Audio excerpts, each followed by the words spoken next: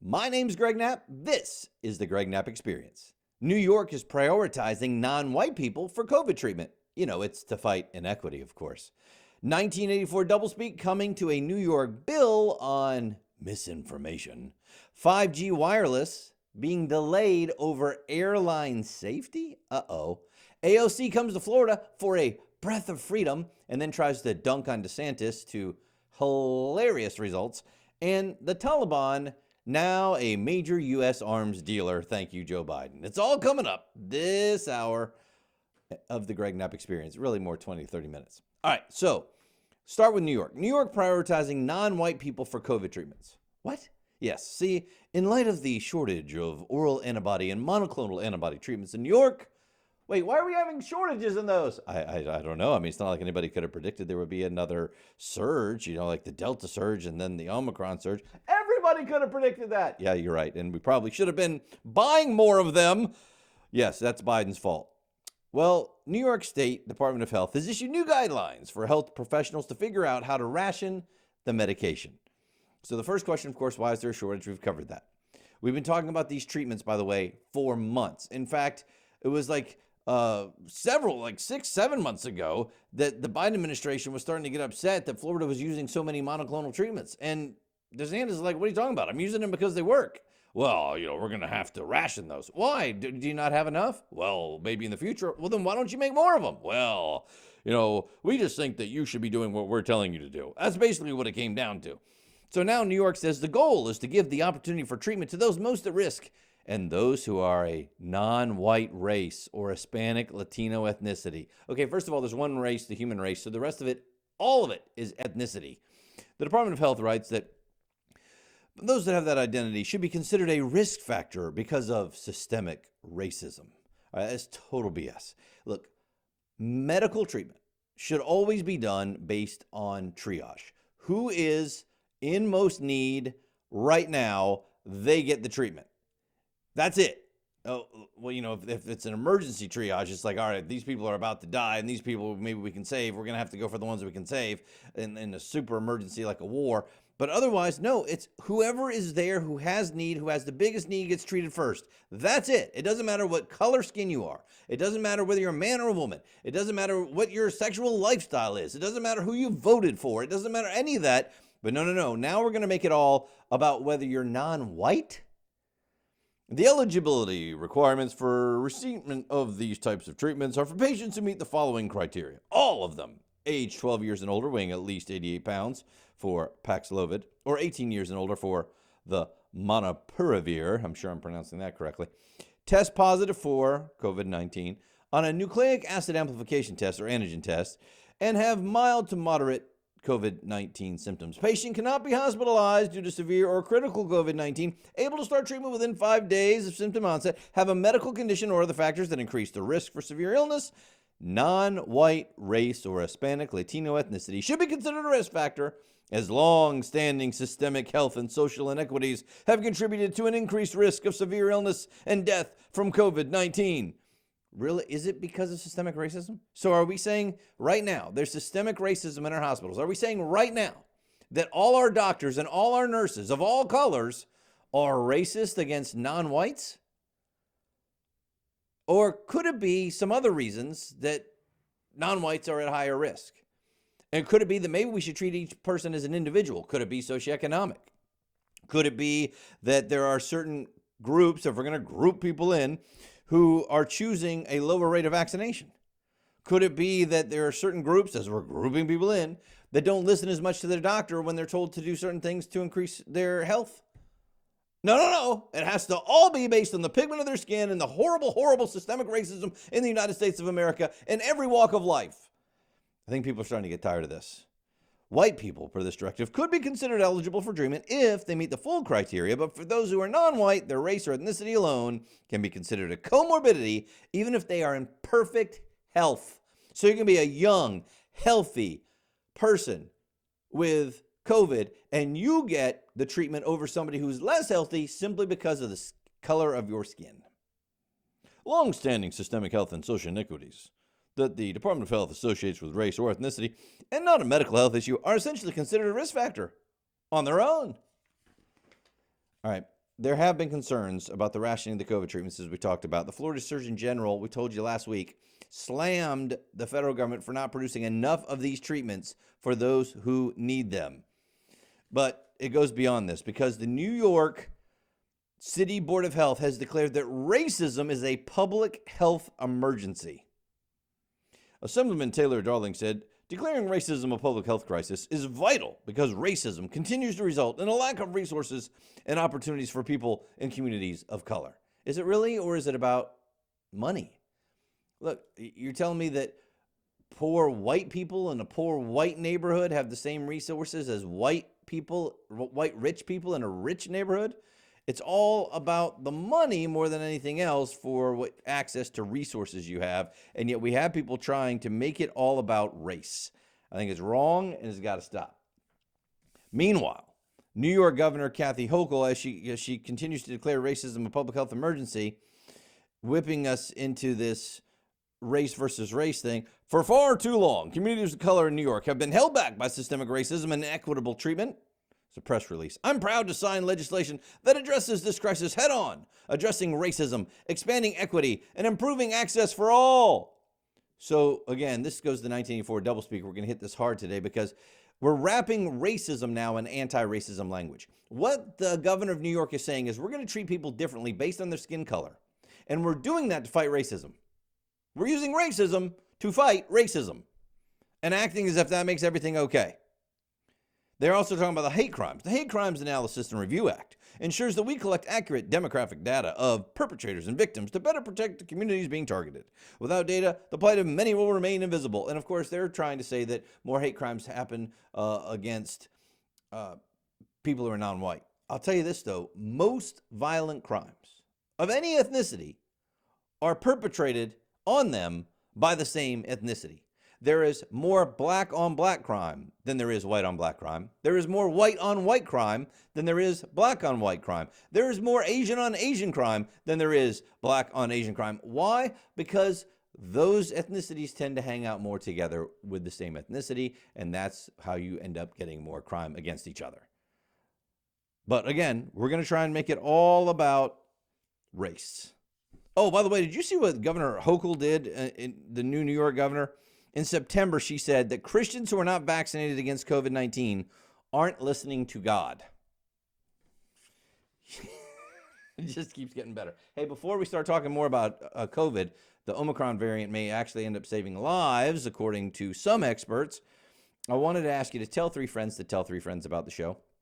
I want to ask you to be a part of this movement, the movement to push back against what the left and the media and the Democrats and so many on Twitter, but I repeat myself, are saying about America, and rally around the ideas of what makes America exceptional. So if you want to be on board with that, and I really hope you do, please tell 3 friends to tell 3 friends to subscribe to the podcast.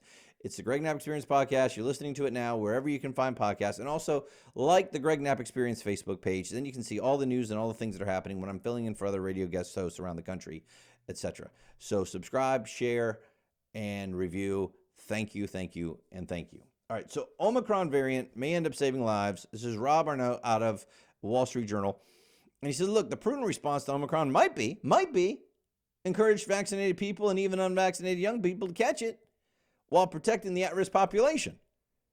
Because then you'll have the super immunity and you may be even better protected for the next more lethal phase of COVID that may come.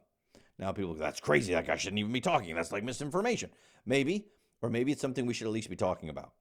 He said, look, one measure of a pathogen's lethality is the case fatality rate, the ratio of death toll to the known cases. Now, the 28-day average case fatality in South Africa for Omicron tumbled in the past 6 weeks from 8% to 0.2%. Now, that's barely higher than the death rate for the flu. Omicron takes lives. Omicron takes lives. So does the flu. But if antibodies to the Omicron variant are even 50% effective in reducing the risk of death from the more lethal variants, then those antibodies could save far more lives than the virus costs. See, this is cost-benefit analysis. People don't like to do it because you're saying people should die? I mean, if it saves just one life, wouldn't it be worth it? Well, maybe. But what if saving one life ends up 1,000 more dead later? Then is it worth it? And this kind of cost benefit analysis is the kind of stuff you have to do when you've got these serious things happening in the world. And there are a lot of people who don't want to do serious thinking because it's easier just to demagogue. It's easier to send out a quick tweet. It's easier to say this person doesn't care and this person wants to kill people. So you start looking from a different perspective. No politician is willing to do this sort of cost benefit analysis. And Rob Arnott says, okay, let's look at the EU, the US, Latin America. The latest case fatality rate, respectively, is this: 0.5% for the EU, 0.4% for the US, 0.3% for Latin America. That's down from a high of 4 to 7% death rate. That was during the Delta wave. So if we add in all the people who are asymptomatic, mild, and untested cases of Omicron, which surely we have here, the true Omicron mortality rate is probably around 0.2% right now, roughly in line with the seasonal flu. But a lot more people are getting it, so more people will die. That is true, but could it lead to saving more lives in the future? It's a very good question. And then you look at the lockdowns. Lockdowns also cost lives. So Arnott looked at the data they were getting from Reason running the numbers, and here's what they found. An October study. In the U.S., excess deaths, that's fatalities above historical norms, from homicide, suicide, overdose, or accident, 82,000 from March 2020 to August 2021. And during that period, the murder rate has roughly doubled. Overdose deaths rose more than 50%. Accidental deaths are elevated. More fatal accidents happen at home than in the office. Supply chain disruptions, fear of hospitals, delayed diagnoses collectively led to an additional 86,000 deaths from cancer, heart and lung disease, and stroke. So in 15 weeks through December 18, these excess deaths, none from COVID, had risen by another 56,000. Cost benefit analysis. So maybe it's time to explore unconventional answers to end this nightmare. Now, John Arnott ends by, did I have his name right? Rob Arnott ends by saying, let's explore unconventional answers to end this protracted nightmare. I am not trying to catch Omicron, but I am not afraid. Catching it may very well reduce my risk of dying from some future COVID variant. It's something to talk about, isn't it? Something to discuss. The Daily Mail asked the question, are we on the brink of over-vaccinating in the fight against COVID? And they cite several virologists who are saying dishing out another jab, a fourth booster. I just put up 3 fingers for 4. A fourth booster may be unnecessary. Omicron may be the world's natural vaccine that finally ends the pandemic. So here are some thoughts about this, right? Should you wait for data on long-term impact of the first 2 jabs and the booster shot before you start throwing in a 4th, 5th, 6th? And a booster every 3 months, is that really feasible in the long term? Will it improve significantly your immunity? Or is it better to do what we've done and now let's see what happens next? Now, the Israeli officials have already gone to the 4th booster shot, so that'll give us some data for sure. But that's another really good question to ask. Are we being allowed to ask it? Well, when I keep saying are we being allowed to, this is what I mean. Deborah Heine has the report of Dr. Robert Malone. Now, Dr. Robert Malone is an internationally recognized physician. This is a scientist who invented the mRNA and the DNA technologies that created the vaccines we have right now. He is now permanently banned on Twitter. Why? Because he was arguing that the risks of the current COVID vaccines and boosters outweigh the benefits. And for that, he was labeled misinformation and he was permanently banned from Twitter. Now look, I am double shot vaccinated. They're about to change what vaccinated means, but I'm the original vaccinated. I'm still looking at all the data to see if I want to do the booster. However, I don't care where you stand on this. The guy that invented the technology that created these vaccines, shouldn't he have the right to at least talk?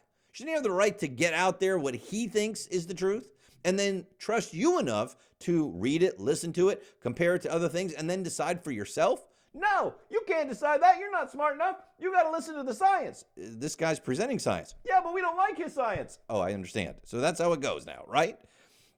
So agree or disagree, the answer is to ban somebody? He's gone on Joe Rogan now. There's a 3-hour interview of him talking to Joe Rogan about this. I'm definitely listening to this later on today. I haven't heard it yet. Now, Dr. Malone said that he was working with Reuters, and Reuters was putting a hit piece out on him.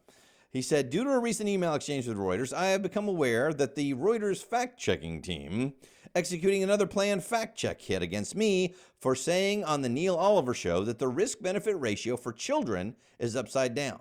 The risk-benefit means it's worse for them to get vaccinated. That's what he was talking about. This has meant that I've had to spend the last 2 days gathering up my documentation. There's so much of it. Trying to organize it is problematic. Of course, once I have my full response, I will post it here on my Substack, as well as sending it off to Reuters. Now, Malone was an early critic of the vaccines that he pioneered for COVID. On June 10, he joined computer science entrepreneur Steve Kirsch and biologist Brett Weinstein on the Dark Horse podcast and raised numerous safety concerns with the Pfizer, BioNTech, and Moderna COVID-19 vaccines. He also warned of future autoimmune issues caused by the spike proteins within the mRNA injections. And now he's banned from Twitter. Is that really how we want to handle this?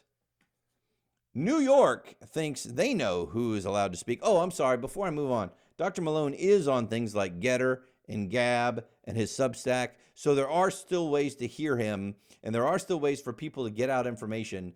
But this idea that there's like a 2-tiered system based on what big tech thinks you should hear is horrible and really bad for us. Greg Piper writing on a New York bill that would criminalize, quote, false statement of fact likely to endanger the public. So they get to determine that, of course. Yes.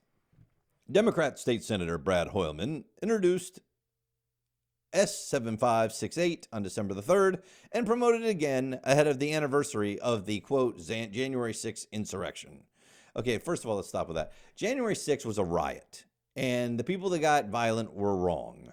No doubt about it. But it's not an insurrection. I'm sorry. You look at what happened that day. That was not an insurrection. That was a riot. Just like the riots that happened all summer long by the lefties. The only difference was the people that were involved with it.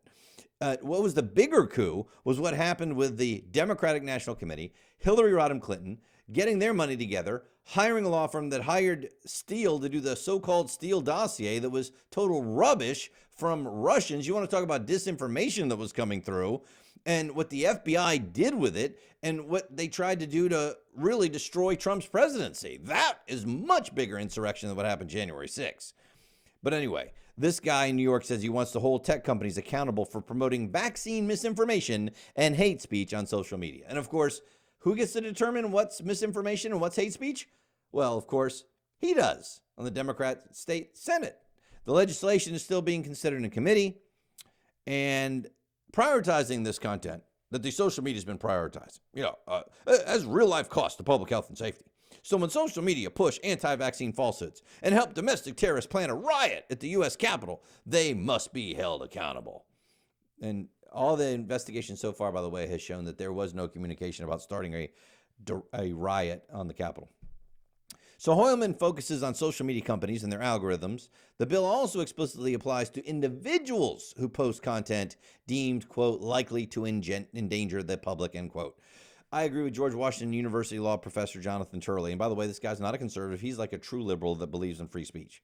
He said the state senator's rationale for this bill is perfectly Orwellian. It treats the failure to censor as being a participant in disinformation. And he called the press release a mix of algorithmic conspiracy theory and anti-free speech doublespeak. Yep, there we go. 1984 doublespeak, getting to it in a second. The bill criminalizes whatever is deemed false in the moment.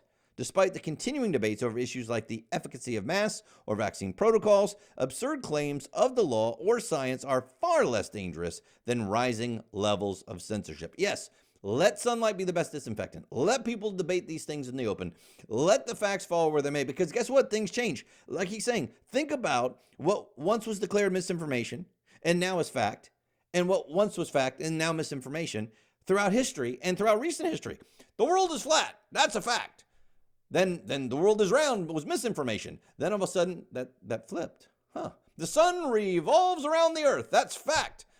Then the alternative was theorized, which was called misinformation. And then we learned that was fact. How about Fauci? These masks don't really work. If you look at oh, wait, masks are great. Oh, masks should only be used on sick people. Actually, masks should be used on people who aren't sick. All of that by the same guy, and none of it declared misinformation because it was by Fauci, Mr. Science. How about, if you're vaccinated, you won't get COVID.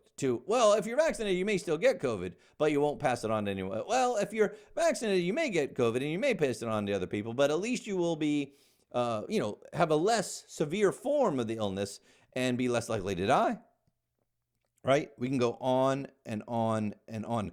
You can keep your doctor on this plan. That was supposed to be a fact, and now we realize how much of misinformation that was. How about Biden? I will shut down COVID. I will not leave Americans behind in Afghanistan. I mean, we could go on and on and on, couldn't we?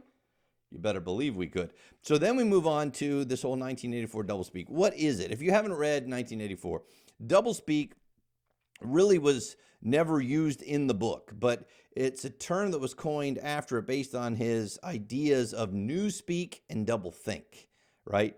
So doublespeak combines the language of newspeak, which was government invented to suppress the ability to develop treasonous ideas by the people, and doublethink, which essentially means you believe in two contradictory statements to be true at the same time, or saying one thing and meaning another.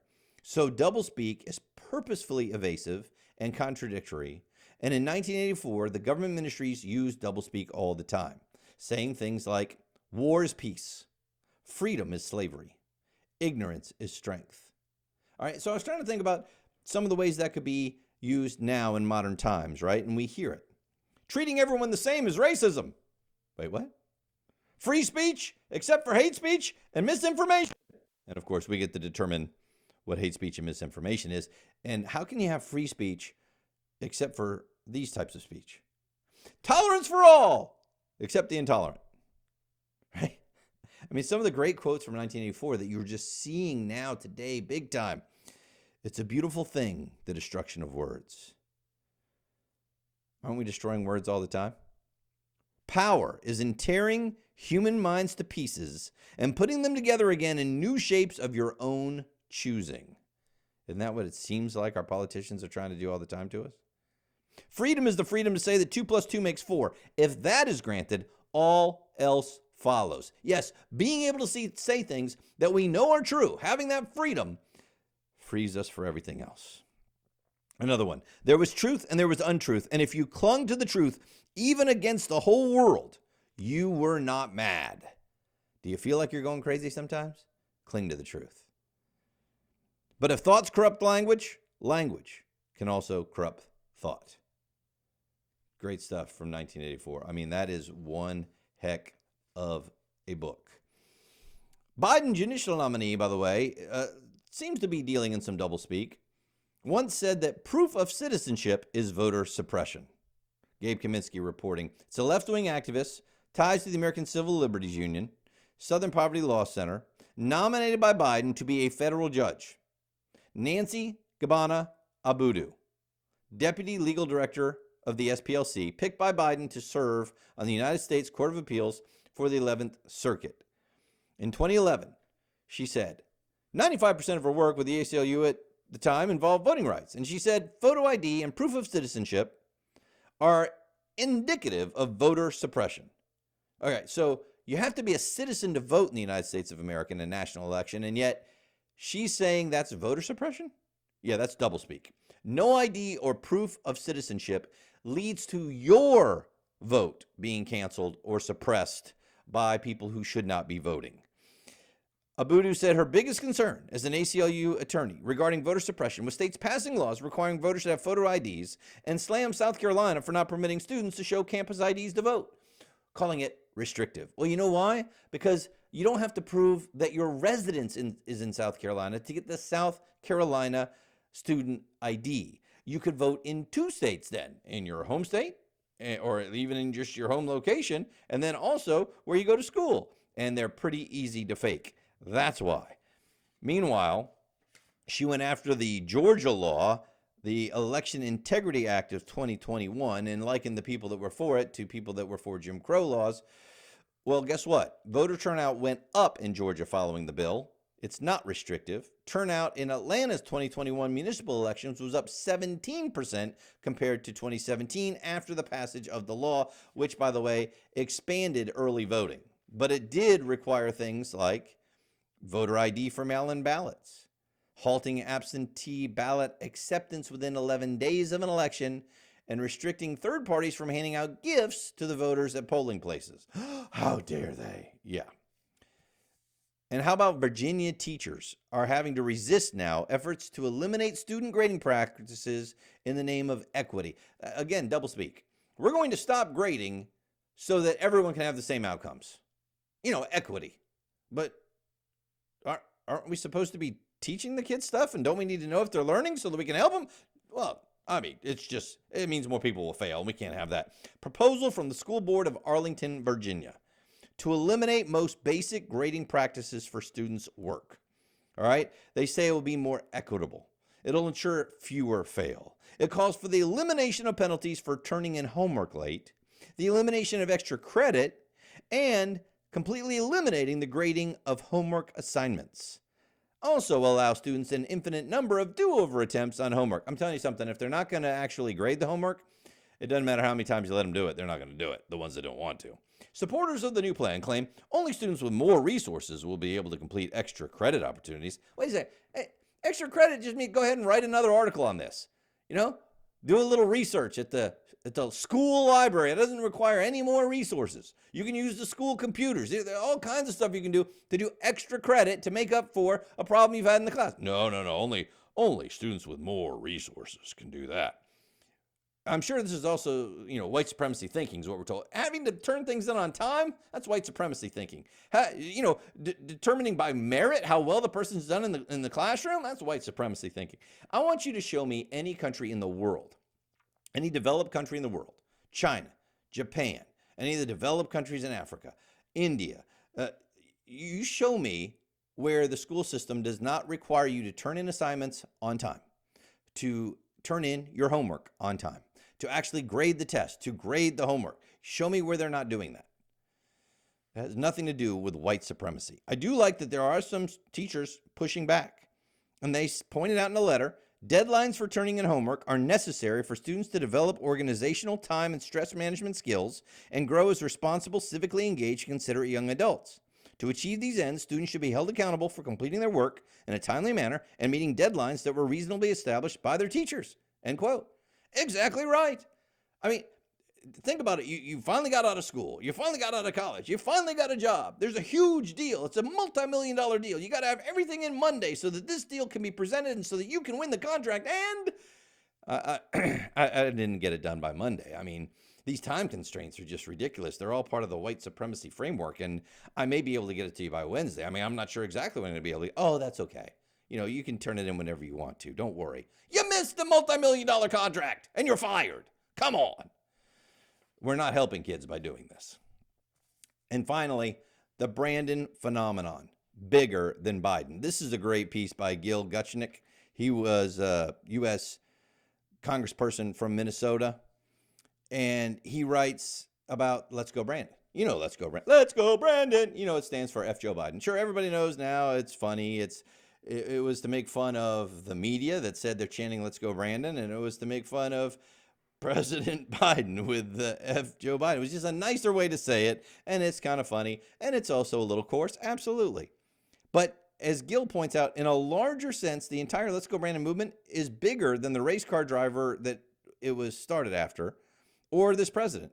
See, there's a growing majority of Americans who are tired of being talked down to. They're frustrated, they're angry, they're sick of the double standards, and they're sick of the doublespeak. Yup. Absolutely. And that is what it's about. Right on down the line, as we're being lied to, as we're getting doublespeak, as we're seeing inflation go up and more crime in the streets, and we're seeing all these things that are at the same time we're being told they're no big deal, people are finally saying, you know what? We're not going to take it anymore. Let's go, Brandon. My name's Greg Knapp. This is the Greg Knapp Experience.